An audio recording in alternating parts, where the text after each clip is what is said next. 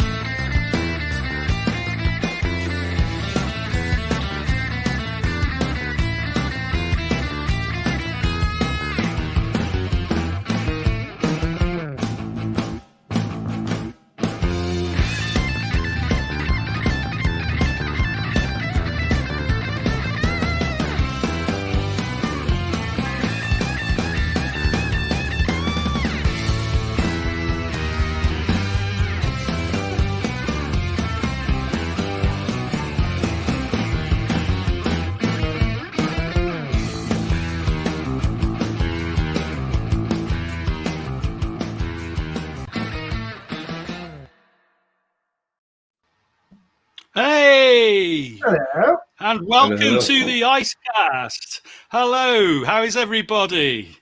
Well, it's good. Not bad, not bad. Yeah, nice to see you guys. Nice to see you. It's been a while, Ram. I think the last time we spoke was about, 4 years ago? Yeah, my hair was probably still here. No, I'm kidding. yeah, it was, I believe it was Ice Birmingham. Yes. Yeah. You remember that one, Ollie?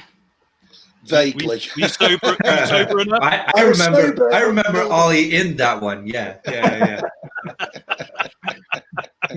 Well, thank you, both of you, Mike and Ram, for joining us tonight on the Icecast for this very special sort of celebration of the new Swamp Thing special that is on its way.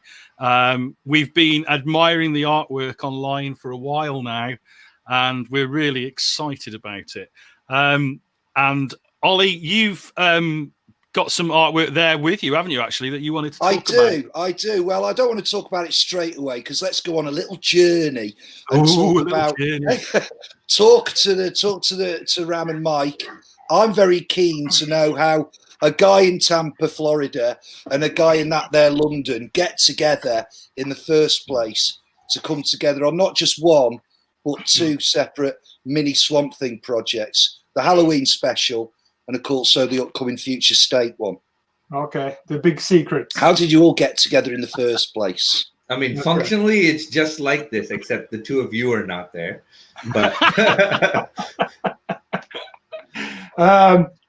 basically, for me, it came about because DC approached me about another Swamp Thing project with Jeff Lemire, and that kind of fell apart when Jeff didn't want to be involved at DC in that capacity, and then he said, "Well, there's this other guy, Ram, who's doing Swamp Thing as well.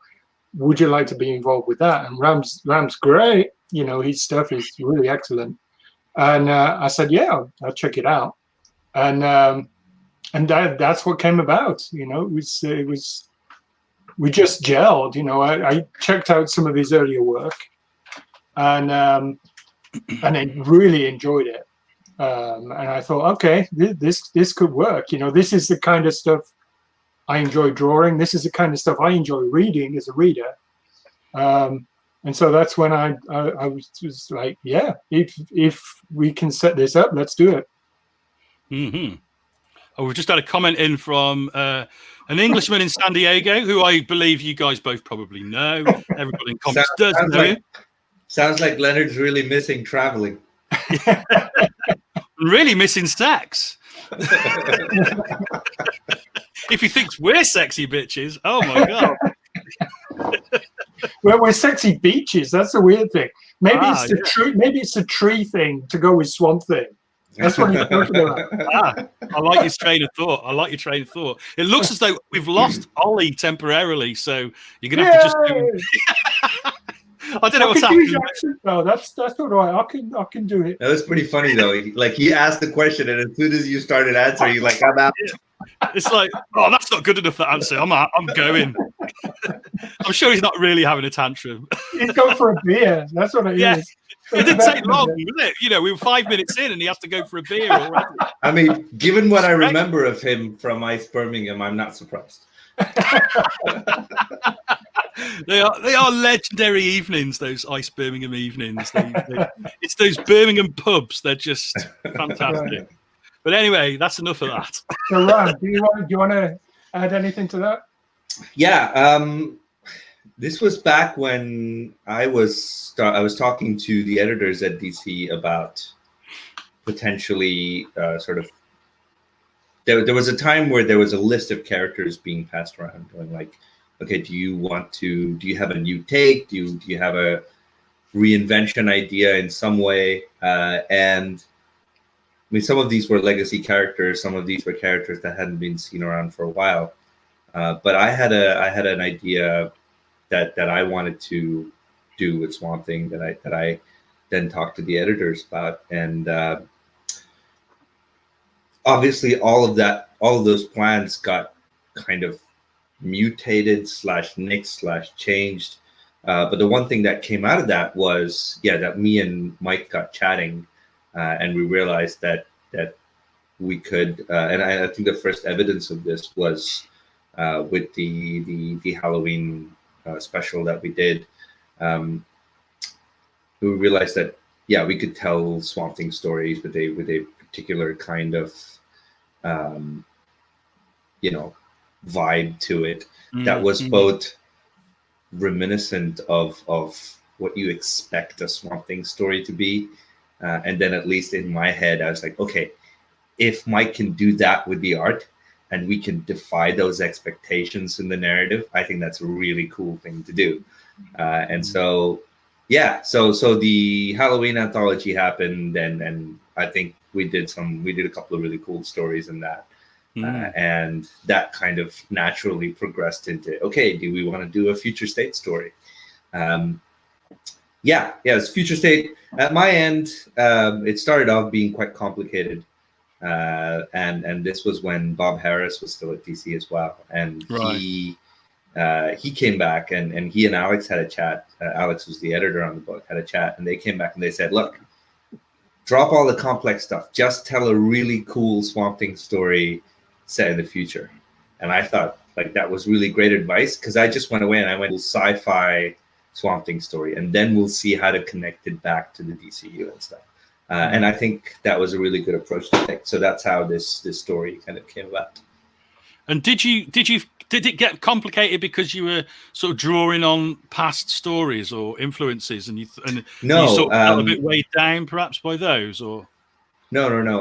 It wasn't complicated because of that. It was functionally complicated because the Future State stuff is supposed to be an extrapolation of where things are right now. Right? So there's a status quo, and then whatever, 25, 30, 200, 2,000 years into the future, this is how the status quo has changed. So when you're doing that, it's useful to have a status quo, except there is no Swamp Thing ongoing status quo story. No. He's part of the team in Justice League Dark, but I don't think that's enough to establish like a really weighty status quo for a character. And so I was running into problems with that. And having that not be a consideration was really freeing in terms of like, okay, I can do whatever I want. Which is always the thing that a writer wants to hear. Just do whatever you want. Well, yeah. Although that can be a problem sometimes, can't it? Because it's just too open then. Never a problem with me. No, just in case any editors are listening to this. Never a problem with me. You always got plenty of ideas just waiting to be rolled out. Yeah, genuinely. I mean, I spent the first, 20 years of my life wanting to write, but not writing in a professional capacity. So I've got ideas from all those 20 years kind of stacked. Yeah. I'm just going through them now. Well, I remember when I first met you, Ram. It was a while ago now, I guess, at Thought Bubble, I think, and you were just promoting Black Mamba, and I was just blown away by that. But at the time, you were just breaking in, and I remember I just couldn't get over the enthusiasm, the obvious ability, and just thought, this guy should be a superstar. And then it seemed to happen overnight, this sort of like... Yeah, overnight in 4 years. Yeah, well, that's the thing. I mean, it seemed really quick, but how was it for you sort of developing your career from that point onwards? Did you find that all the doors opened, or was it a real struggle? I mean, look, I had a career in chemical engineering and selling chemicals to countries all over the world. And so, that job involved me kind of walking through 98-degree fertilizer factories, knee deep in fertilizer that smelled like tons of... Not now. Later, Sam, later. He's getting a bit keen there with the Catwoman on. Let's change the subject. He's always a bit trigger happy, Sam. Sorry, carry on, mate. So I was never kind of shy of doing the tedious stuff, the tedious work. And when I got into writing, I knew that I could control and do two things well. The first thing I could control was make sure that my work was good, and that I didn't compromise on putting out work that felt professionally produced and done. Very early on, I think. He's back. He's back. He's back from the What happened to you, Ollie? I think ever since the Apple update, I've had real problems with the internet, but I've not had such a problem like that before. So I just did the switch it on and on thing, and it seemed to work. It works every time. You missed a lot of cool stuff. I know. Mate. You haven't asked what their favourite colour is yet, because that was my question. I was getting to that stage, mate. I was getting to that stage. I was filling in best I could, But Ram was great. He was telling us some good stuff. So sorry, mate. So no, I was just saying that I could control the quality of the work, and I could control the amount of work I put into making sure that whatever work I did was put out in front of the right people. So in terms of doors opening, the doors seem to open kind of in new ways each year. First year I did Black Mamba. I showed that to Eric Stephenson, pitched him Paradiso. He said, let's do Paradiso. So I did Paradiso. That year, I sent Paradiso and Black Mamba to Jamie Rich at DC. And then that's what led to the first Batman story there. And right around that time, we talked about doing Graffity's Wall with Unbound. And I mean, I think it was 2011, 2012. No, sorry. It was 2018, 2019, maybe. What year it is at the moment. Sorry? Moment. No, I think it was 2018. I was at New York Comic Con. And when I walked in, I had no gigs lined up at all. Wow. And I was like, okay, I've just done a bunch of creator-owned stuff. Let's see where this leads. By the time I walked out, I think I had work all the way up to end of 2019 lined up. So that felt good. Yeah. Yeah, good old, and obviously it shows that. And I have to point out Rob Pontefract here, who's at Forbidden Planet, because that year at New York Comic Con he went, Rob, do you know any of the editors here? And I was like, nah, man, this is like my second time in New York. And Rob just went, okay, cool.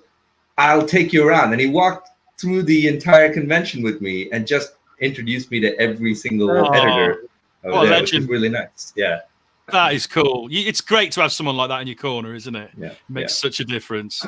I had Talking a comment about from people working at Forbidden Planet. I see yeah. Our biggest fan. Big up the legendary Mike Perkins. You sycophant, Chris. Get out of here. Proof that comics don't improve literacy. But Chris is, of course, one of the ICE team and does occasionally appear on here. But he's quite shy, so he only appears on the odd episode. He only appears when no one's watching. He tells us he's shy, but I don't believe it. It's like, you know it. Okay. I don't believe you, Chris. Don't believe you.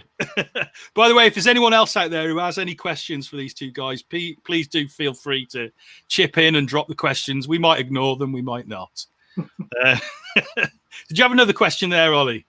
Well, yeah. Well, I mean, listening into the back end of what Ram was saying, as a reader and a fan, I was quite impressed by what a big splash you made. I mean, like you said, you were given a Batman story. Okay, it was in the Secret Files, but it was a Batman story. Very soon after that, you worked with James Tynion, sort of co-writing Justice League Dark. Now you're on Catwoman. You've obviously got these two sort of Swamp Things that are coming out in quick succession. I mean, that's quite an impressive start at DC right there, Ram. It must feel very good to have quite a lot of plate spinning all at once. I mean, it's good, but also the thing that got me here was to put my head down and just do the work. And so my reaction to anyone saying nice things is going, okay, cool, I'm just going to do more of it, which I think has helped so far. And I've also been very lucky in that all of my early work, I collaborated with people who are absolute masters at what they do. Jorge Fornes on the Batman story, John Timms on Catwoman, Guillaume March on the Justice League Dark Annual that I did, and Mike Perkins. Well, so collaborations on your own books as well. I mean, they're fantastic. Yeah, and that's always been a thing that I think very early on, I read somewhere, this really cool piece of comic book advice is, if you want to get better, always reach out to people who you think are better than you at what you are wanting them to do. And so my first attempt at reaching out to someone was to go to Jeff Stokely and go, hey, do you want to draw my unpublished, I've never been published anywhere comic? But hey, you gotta be ambitious, right? Yeah, you got it. Yeah. Don't ask, you don't get, do you? Well, That's the worst they can say is no. And it says that a question from ICE. That means that one of my crew has hacked the account. Is this some of the Phantom Flan flinger? We don't know who's behind it. I think it is. The question anyway is, Mike, what are your favourite non-more Swamp Thing stories? Well, that's tricky. There are a few. You know, I've followed the Swamp Thing stuff right from the outset. Really, I mean, I kind of got into it after Moore had left, but I went back and picked those up. And so that's kind of where it hit me, in that sweet spot with the Moore stuff, with along with everybody else, really. But I think from then it's been great just following all the different perceptions of how that is. You know, I mean, Brian K. Vaughan went off in a totally different direction when he was dealing with Tefe and all this kind of stuff. But I mean, the things that he did in there were really intriguing because he was working with that different character. You know, and this is something that Ram and I have talked about with Alec Holland in respect of, you know, have all the Alec Holland stories been told by Alan Moore? I mean, he himself set it up within this story, and Rick Veitch went along with it, as in, you know, we as the Parliament of Trees have set up this next Swamp Thing. Why don't you come and join us and just relax, you know? And so Alan Moore had already set that up. So I think the way that Brian K. Vaughan went with it to introduce that new Swamp Thing who was Tefe, and she was just a total nutcase, you know, and she was, you know, she basically became nature, and nature is not compassionate, you know. Nature, you know, it will go after what it wants, and it doesn't take into any account any sentimentality. And I think that worked as a different book, but it was still Swamp Thing. And I think that's kind of what Ram and I have gone after, really. Especially with the, I mean, you can see it in the Halloween special. Yeah. Where the first story is definitely Alec Holland. And the last story that we did is it's definitely not. Yeah. It's not. It's something else going on there. Yeah. And and that's interesting to explore. Okay, they dodged around the subject, but I would say the Brian K. Vaughan stuff was the most impressive. But also, you know, I love Yannick's work on oh yes. So Yannick's work on the Snyder Scott Snyder, yes. Yeah, that was just amazing as well. Yeah. There's been some good coverage of the character, actually, by some really good creators. Well, I like Yannick's. It's kind of one of those. It's kind of one of those Daredevil things, you know. Yeah. Where everybody wants to do their best work on Daredevil. And it attracts the best. I've just had another comment from Leonard. Watching this on me telly, great to see Ram's flowing locks on the big screen. His Catwoman has been stunning. Can't wait to see Mike's work on Swamp Thing. I feel like we need a separate guest spot just for my hair, so it can be like a separate window. You need a fan on the side for it to be blowing. Right. I've got a fan sitting right next to me. Trust me, you don't want me to turn it on. Unfortunately, Len is part of the Baldy Brigade, so that's why we're all admiring your hair. Yeah, we're all just really jealous, mate. But Ram, I mean, what were your favourite Swamp Thing stories? I mean, obviously, the Len Wayne and the Bernie Wrightson ones, you know, set the whole ball rolling.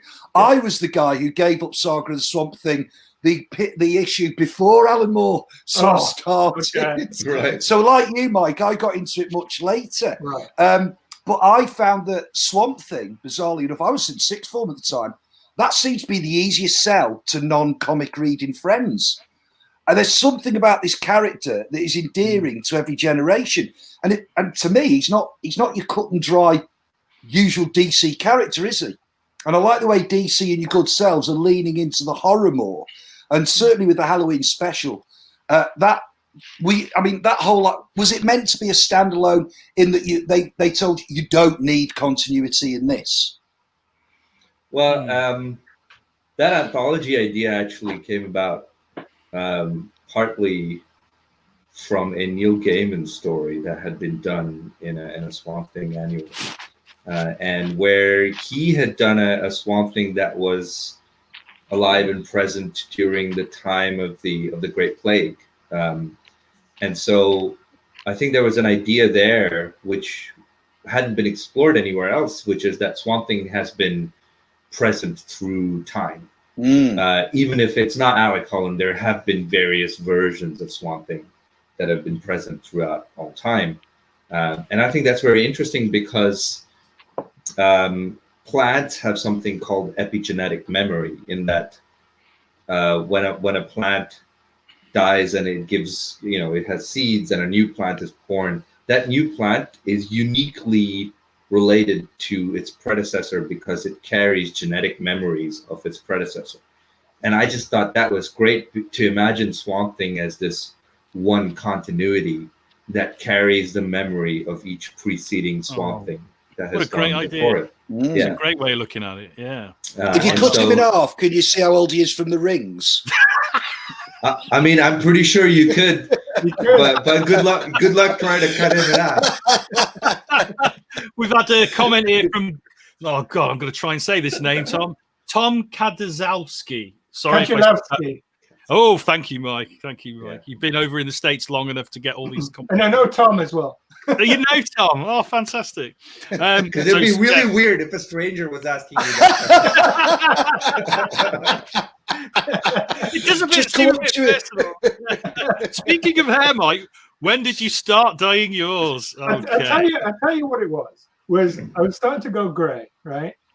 And I was looking around and I was looking at Trump and Boris, and I was thinking, I'm not going down that route.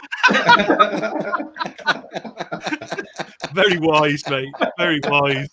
We'll just catch up on a couple of the viewer questions from Chris Paul.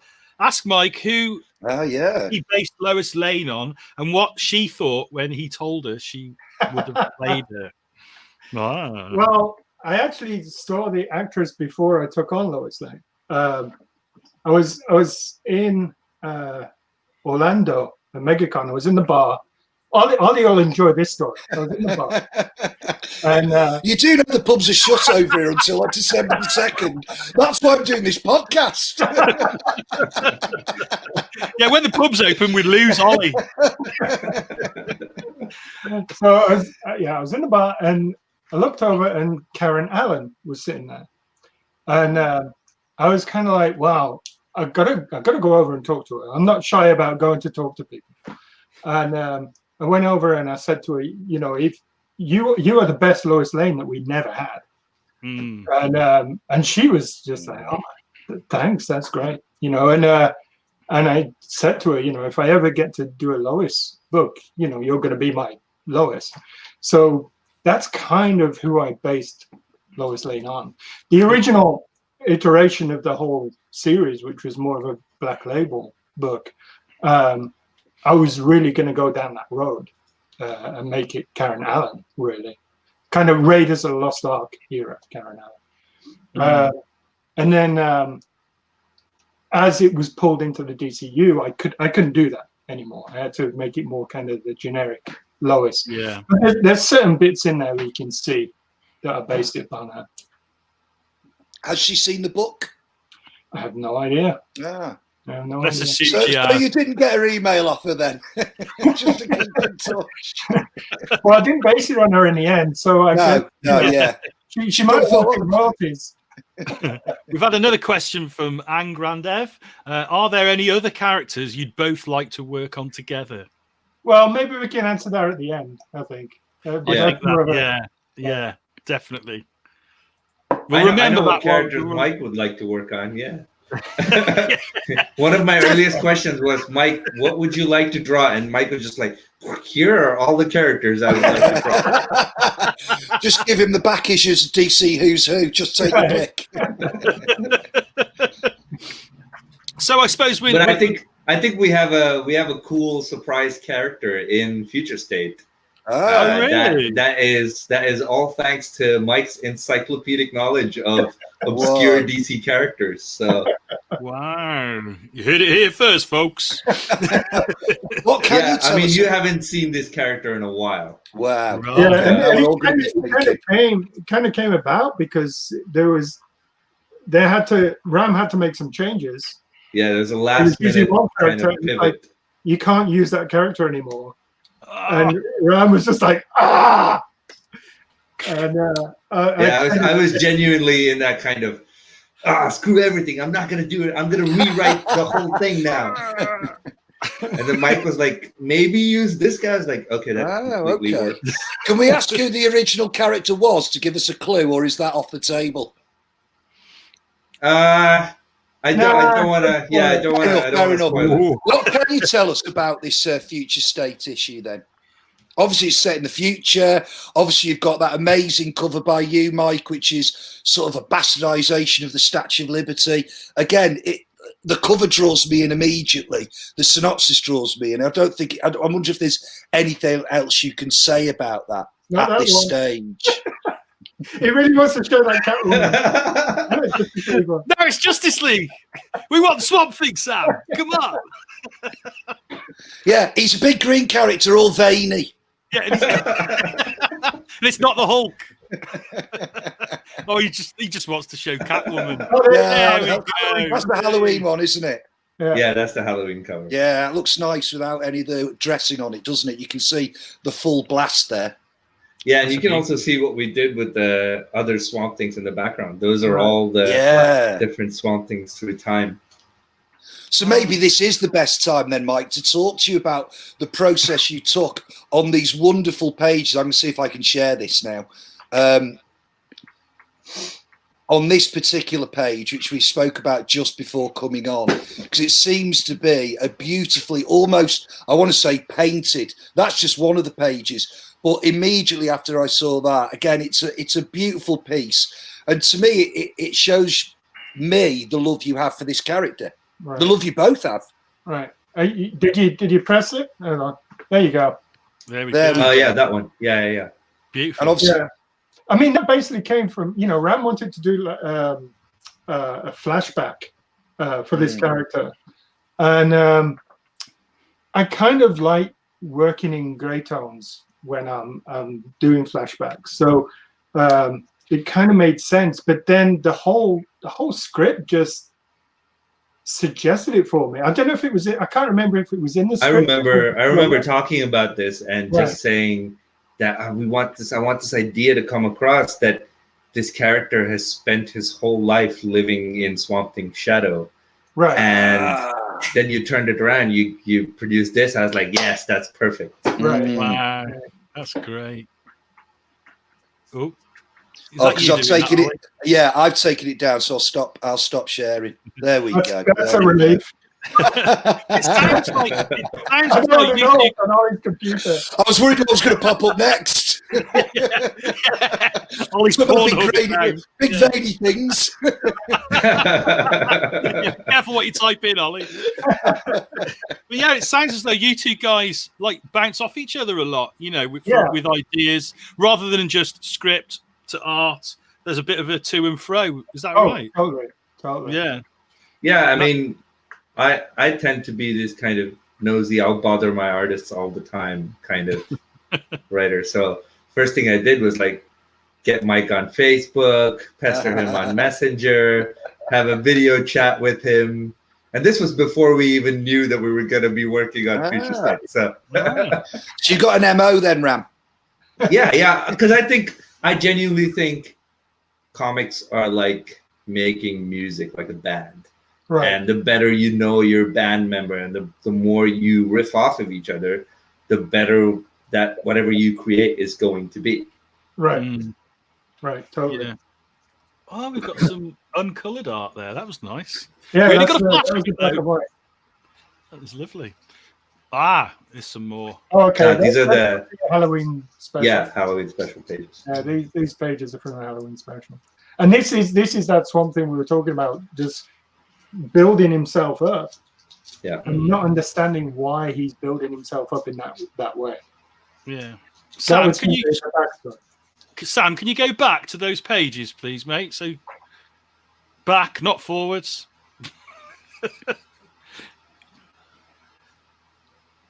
Be nice to have a look at those pages in a little bit more detail. The two bookends though of it, they work very well. Like you said, like you touched on earlier, they're two separate Swamp Things.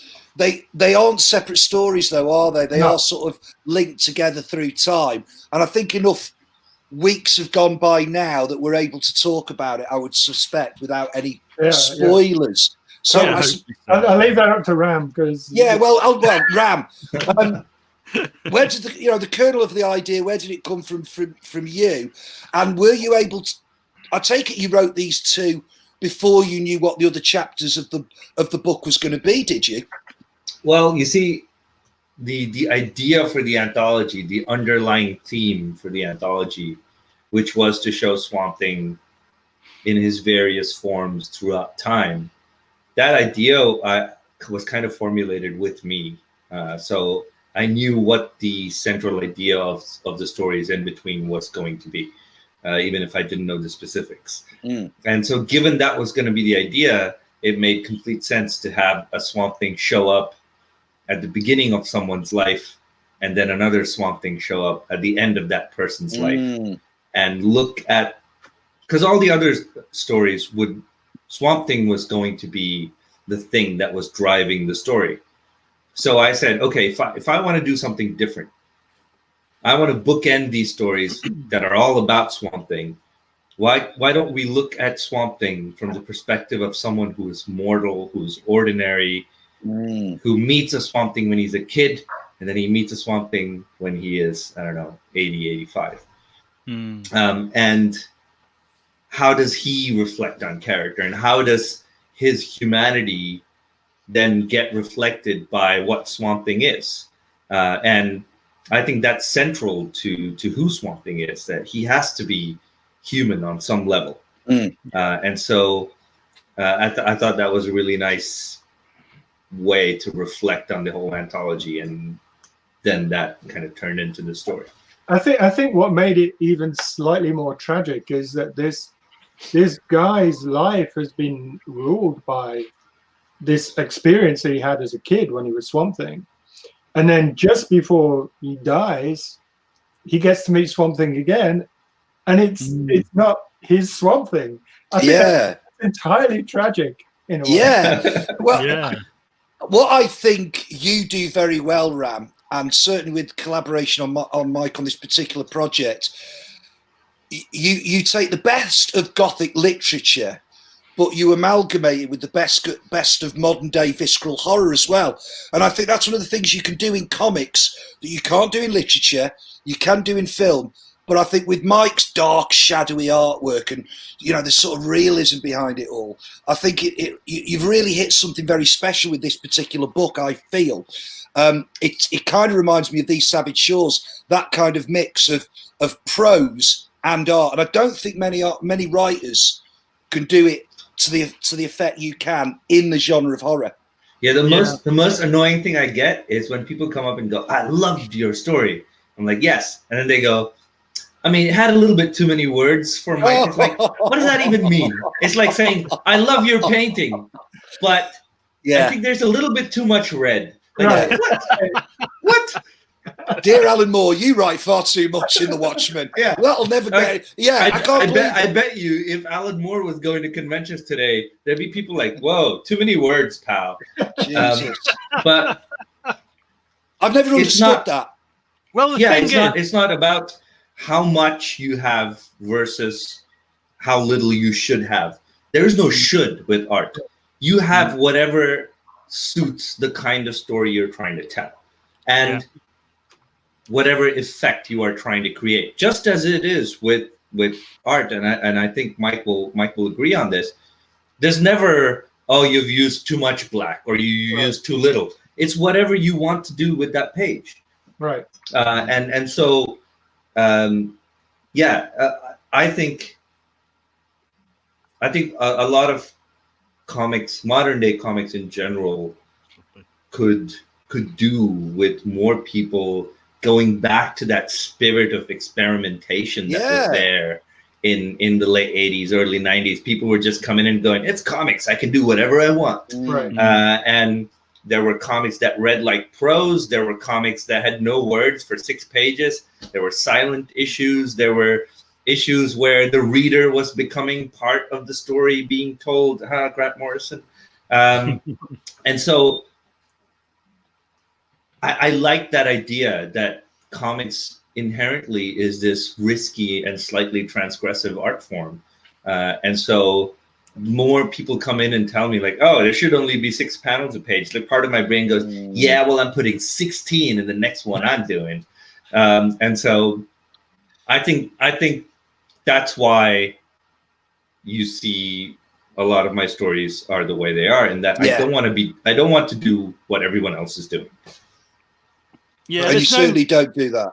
There's no right or wrong, is there, in that respect? Because the only right is what it takes to tell the story. And if it takes more words or less words or more black or less black, every story has its own sort of. It's almost like when you have a sculpture, you've got a plain piece of rock, and the image that you want to create is in that rock. And when you're telling a story, the story that you want to tell is on that page, and you've got to bring it out. and it's totally up to you how you do that. There is no sort of this is how many panels you should have or anything like that. And it's one of those things that you can feel when you're doing it as a creative person. You can feel how much you should put in there. One of the good things about drawing Swamp Thing is really the character itself tells the brush where it's going to go. Yeah. You know, it's not one of those, okay, I have to get this face looking beautiful, you know, which is a lot, you know, that's a big part of drawing comics, you know. Yeah.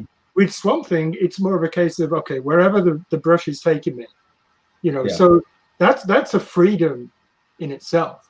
Yeah. And it's certainly a, sorry, go on. It's certainly a comic book. I mean, you mentioned, Mike, following Swamp Thing, and every iteration since Alan Moore's, someone's tried to do something different, haven't they?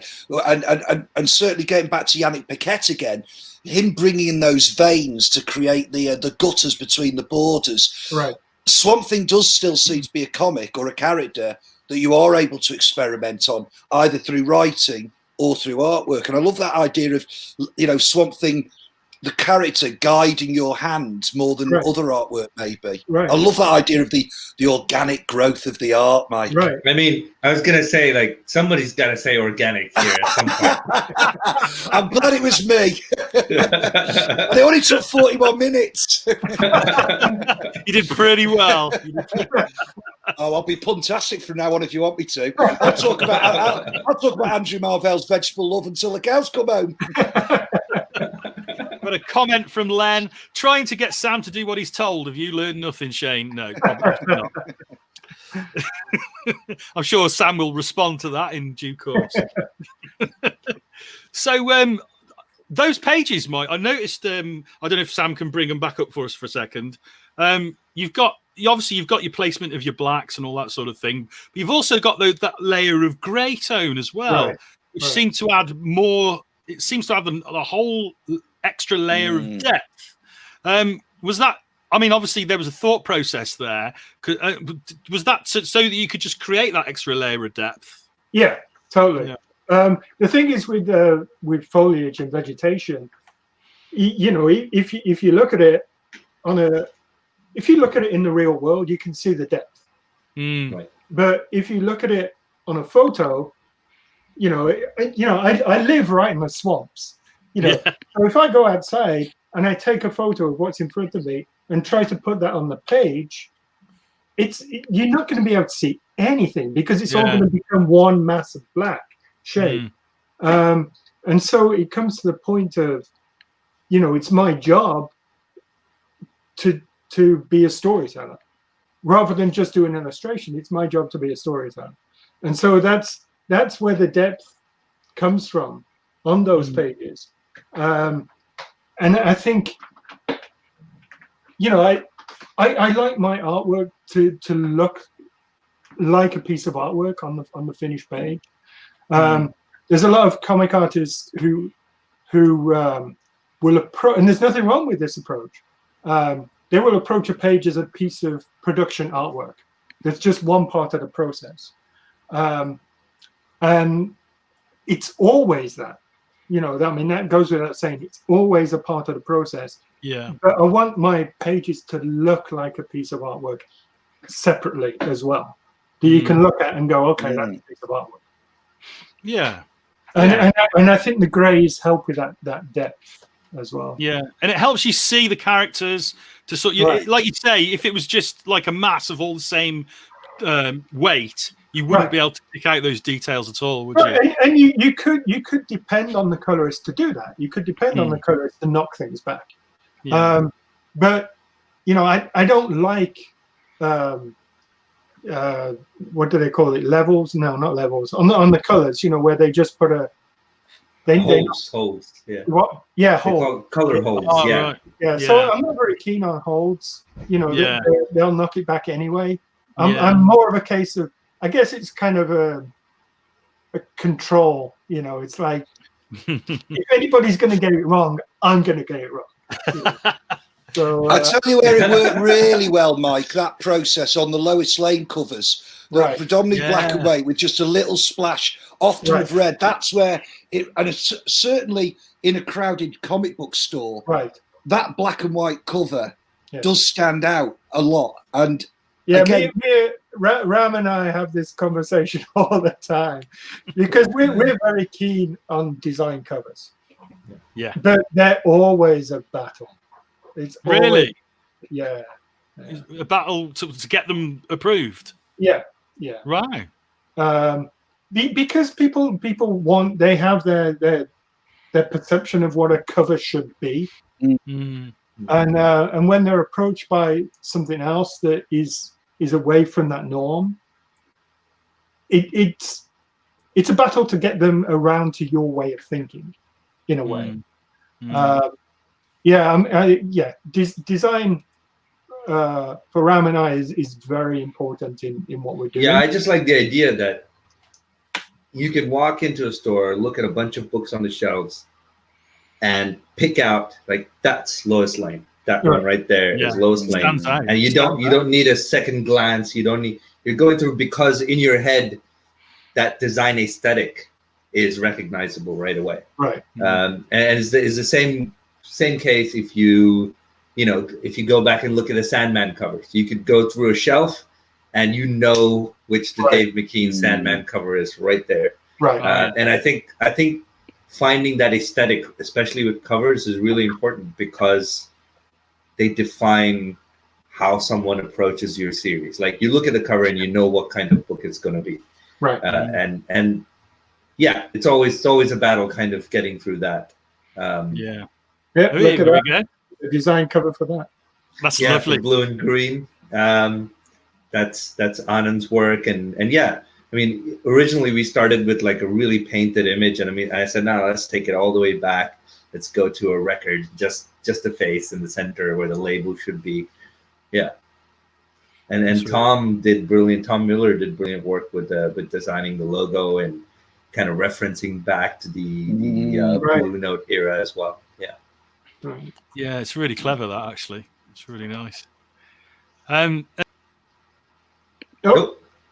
gone. oh, Shane's gone, right. He's probably got the same He's problem as coming Mike. back. There he back. is. That was Sam taking me off, that was. I think we've got some of the new artwork as well, haven't we, Mike, that you sent us? And I'm going to see. Yeah, the future state artwork. Yeah, front cover we referenced earlier. I love that spread with the vertical panels. Amazing. Right. Oh, yeah. Sam, can we see some of that, please? And we got a comment here, actually, from one of the team. It might be Sam himself. Sam can never be tamed, apparently. I mean that's probably Sam himself, isn't it? Yeah, right in the third person, Just talking like about a himself in serial the third person. Yeah. Sam, never be tamed. Oh, I got a question for Ram anyway. So, with the other future state stuff you're doing, does that play into our story, or is that totally different thing? No, they're all set in different future lengths. So Swamp Thing's probably the most far into the future, right? And then Justice League Dark is somewhere in between, and then Catwoman is maybe 10 years, 15 years into the future. Right. So all different timelines. I suppose it gives you more freedom then, doesn't it, to tell the story you want to tell? I was giving Sam an okay then to put that Catwoman cover up. And it's the only He's not done anything. Come on, Sam, take your cue, mate. Take your cue. You can actually show the Catwoman cover. You're just what are you doing? I have shown all the art I have. He's telling us in the private chat, or hasn't he? Here we go. There's the Catwoman cover. Hey. You sort of lost the impact a little bit now because you showed it. No, well, that cover is Liam Sharp, by the way, which is an amazing cover. And the interior art for that is going to be Otto Schmidt. Who did the logo on that? That's a really nice logo. The logo is Darren Robinson, who's done all the Future State logos. Right, it looks really nice. And also, like this has been a kind of a dream to work with Otto on Catwoman, because yeah. Otto doing badass women in comics is like should be a whole genre by itself. So he's the only reason I bought Green Arrow when he was the artist on it. I thought it's just that economy of line as well that he does. And like you say, his Facebook page, people should be following that. Absolutely amazing artwork. You have worked with some great artists, and Mike Perkins as well. I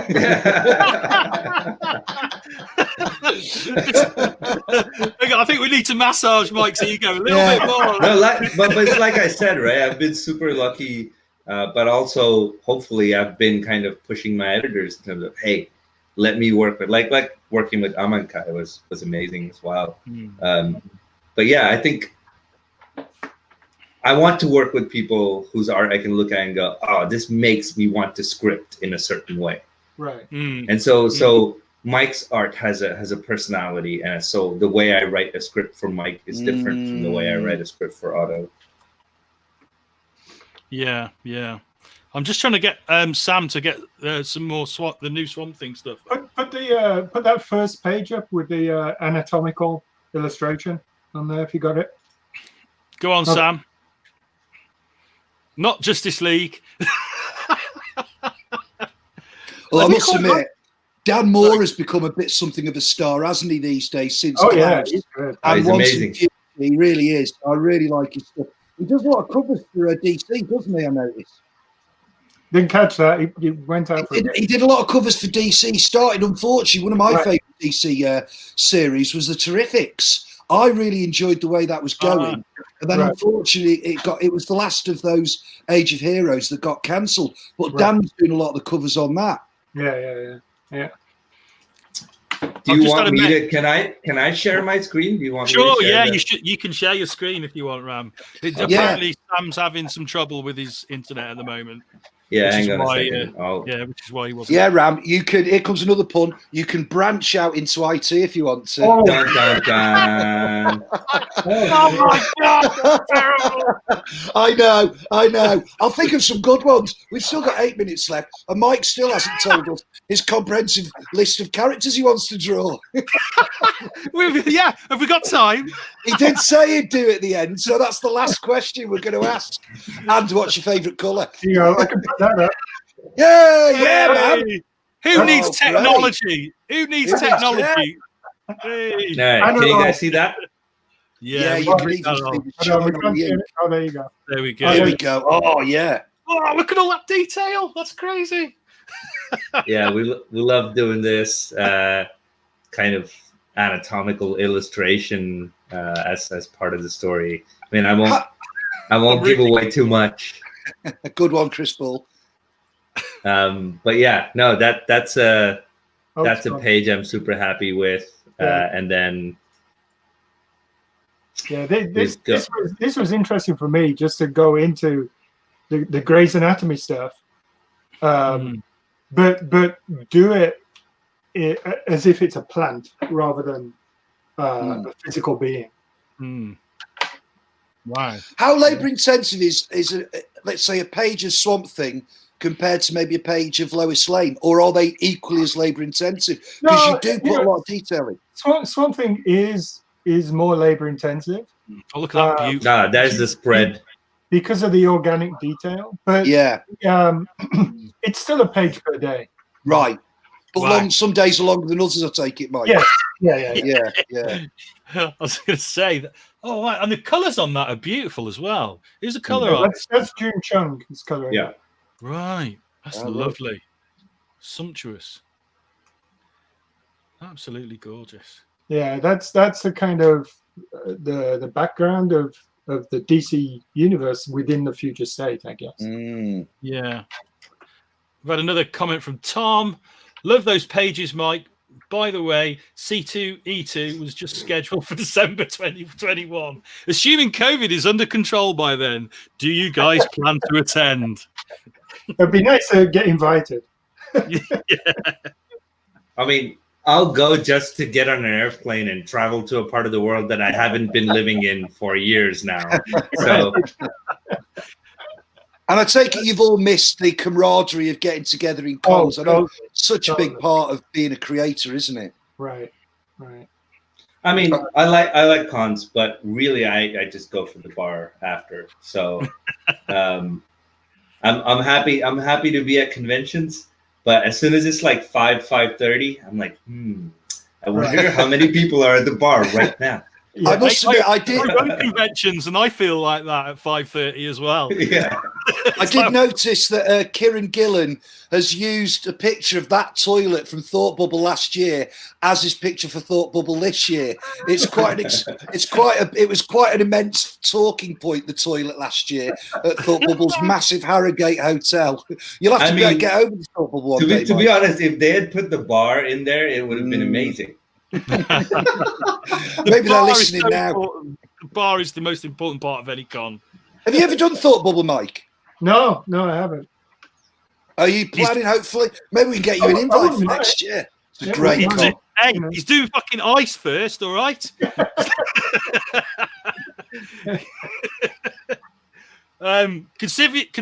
From Tom there, consider yourself invited. Hey! Obviously, he holds some sway with the organisers, or maybe if he had the power. Yeah. I mean, I think he's just inviting us to the bar, not the con. Yeah, that he can't do. I think the best way to do it is just not have a con and just have a piss up, isn't it? That's what the UCACs used to be, right? Yeah. Oh, they really were. They really were. Hi, Ed, another regular viewer there. Nice to see you on the show. Ed actually is going to be one of the guests tomorrow. Hey, there's the Swamp Thing cover that we were talking about. Oh, there you go. Yeah. There we go. Yeah, that's lovely. Again, all that detail in the clouds. And is that ink washes? I take it then, Mike. That is. What is that? It's just a pencil and then smudged out. I mean, wow. There's ink there, and then charcoal. I put charcoal around the edges, and then just smudged it out with a paper stick. Oh wow! And I take it you still enjoy doing it that way, the traditional way. You can actually feel the ink under your fingernails.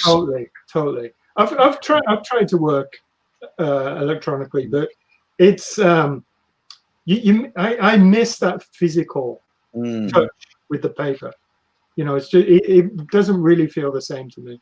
Yeah, it's more organic, isn't it? Yeah. Good old word again. Hey. Organic count up to 3. It's a case of, just go wherever the brush goes. And if it goes into a dry brush, it goes into a dry brush. I don't have to select it to go into a dry brush. Yeah. That's lovely. That's one of the rough. Is that the rough? Or is that, no, that's the finished one. Yeah. There we go. A little sneak peek. That's the rough for the first issue. Yeah. I sent a bunch of the roughs. Usually it's about four different ones.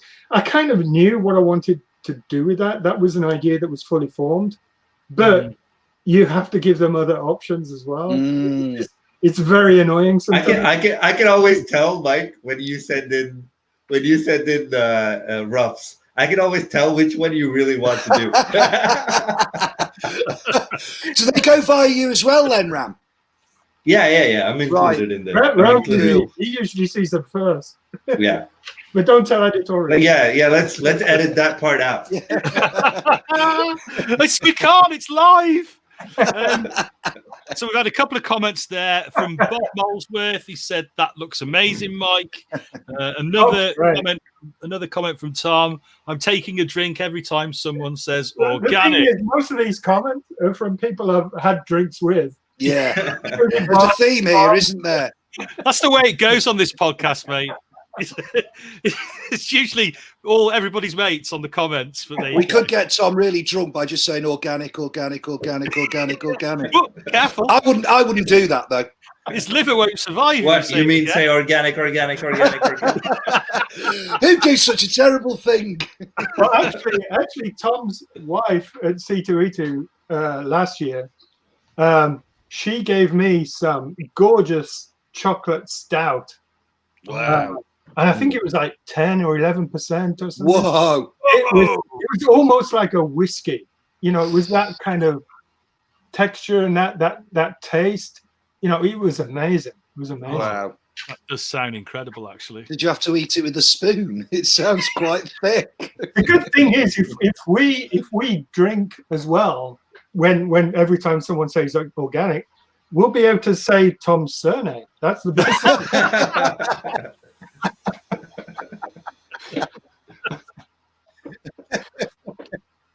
So we've hit the hour, and we still haven't answered the last question, have we? Oh, well, Ram knows my list. Yeah, I think there's Dead Man on it, Yeah, right? Yeah. That's the one. And then who was that character you kept asking me to include in the original? Oh, Firestorm. Yeah, Firestorm. Oh, yeah. Best disco outfit of superheroes ever. I love his outfit. It killed me when they got rid of the big floaty sleeves, I must admit. Right. And how would you draw him, Mike? Would you draw him all flamboyant? No, I'd get rid of the sleeves, I must admit. Oh. Good. They put some flares on him instead. Yeah. Make him era appropriate. Actually, I wouldn't mind doing the Mike Carey version. Did you ever hear about Mike Carey's version of No. Firestorm? Mike Carey's version of Firestorm was basically it was 5 different characters in the body instead. Wow. And you know, so you got the 2 main ones, and then one of them was a dead girl as well. Whoa. Right. Who only became alive when she took over the Firestorm persona. And then another was a cat. And Wow. this is wild. This is great. Like went around knocking cups off shelves. And stuff. Yeah. But as characters, we would like to work on together. I mean, that's, you know, the whole. There you go. Oh, there we go. The whole kind of, I don't know. There's a whole catalog there, really. I mean, to be honest, I don't really think of like this character I would really like to work on. I usually think in terms of like, I'd really like to tell this crazy story. Right. And I mean, to be honest, I don't see any reason why we can't just pull in cool characters into the Swamp Thing stories if we want to do more. Yeah. Right. Yeah. Like we did for Future State. Yeah. Right. Yeah. Hopefully, at some point, you guys will get a chance to do that. You know. Yeah. I mean, the reason I got you guys on here was because when I saw what you were doing with Swamp Thing, I just thought, I have a feeling this is going to be huge.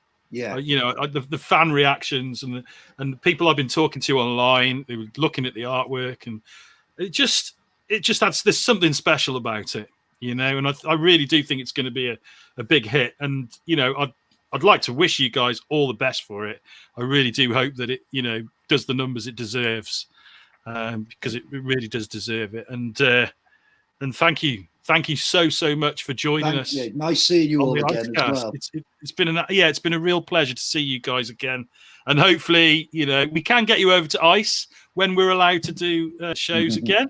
You know, apparently there's a vaccine on the way, so 2021 will have much more positive prospects, we hope. Excellent. Yeah. Excellent. And well done on dodging that storm, Mike. Yeah, seriously. It just missed me. Yeah. He was coming over. I've been keeping Shane up to date all week with little screen caps, and the storm that was coming towards Florida was going like this. It just could not make its mind up. It's like, it's going to hit us. It's going away. It's coming back. And it was supposed to come in at exactly this time, but it came in early. So it all worked out well. Yeah, it did indeed. It did indeed. All right then, guys. Thanks ever so much for thanks, tonight. gents. Brilliant. Thank you very much. Thank you. Let's all shout organic for Tom. Organic! Organic! And make it sink into his mind like osmosis.